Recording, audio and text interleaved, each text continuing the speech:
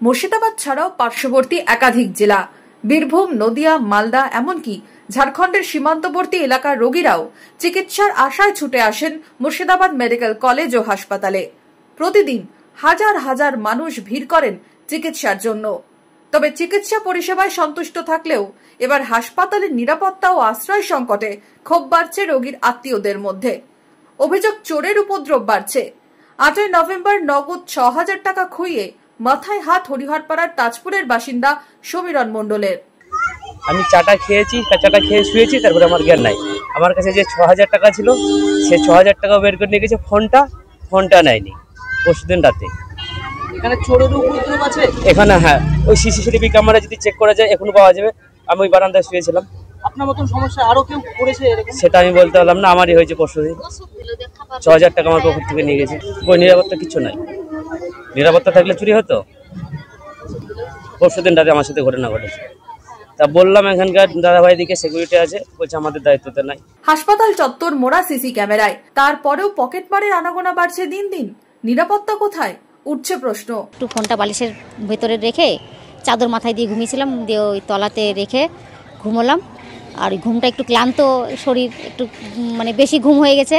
আর তারপরে আমার হাজব্যান্ড বাথরুমে গেছে আর আমি ঘুমিয়েছিলাম, মাথার তল থেকে ফোনটা নিয়ে চলে গেছে। নিরাপত্তা কোথায় পাবো? নিরাপত্তা থাকলে তো চুরি হতো না। ক্যামেরা থাকলে সাইডে গিয়েছিলাম আমি, এখানে পুলিশ ক্যাম্প বলে আছে মেডিকেলের, পুলিশ ক্যাম্প থেকে বললো থানায় এফআইআর করতে হবে। ভয় লাগে তো থাকতে, শোনা বাড়িতে সব খুলে রেখে এসছি, বাইরে মেলা ঘটনা শুনছি, তো ওই ঘটনাতে তো ভয় লাগছে। তা ভয় লাগছে, তা ঢুকতে হবে, চেতন থাকতে হবে।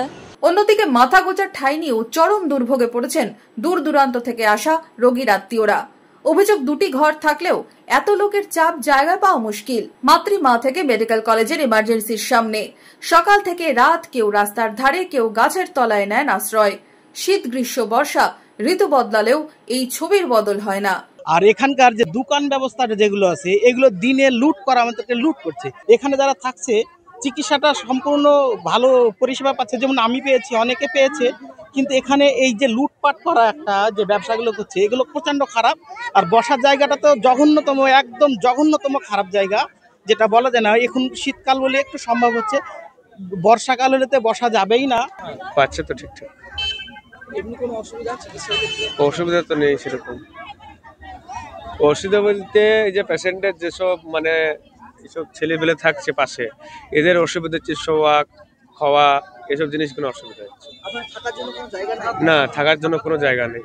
কেউ বেলডাঙ্গা থেকে, কেউ রেজিনগর, কারো মা, কারো স্ত্রী, কারো আত্মীয় ভর্তি হাসপাতালে। যদিও ঘন্টার পর ঘন্টা খোলা আকাশের নিচেই অপেক্ষায় থাকতে হয় নাসিরউদ্দিন সেলিমদের। প্রত্যেকেই চাইছেন সমাধান।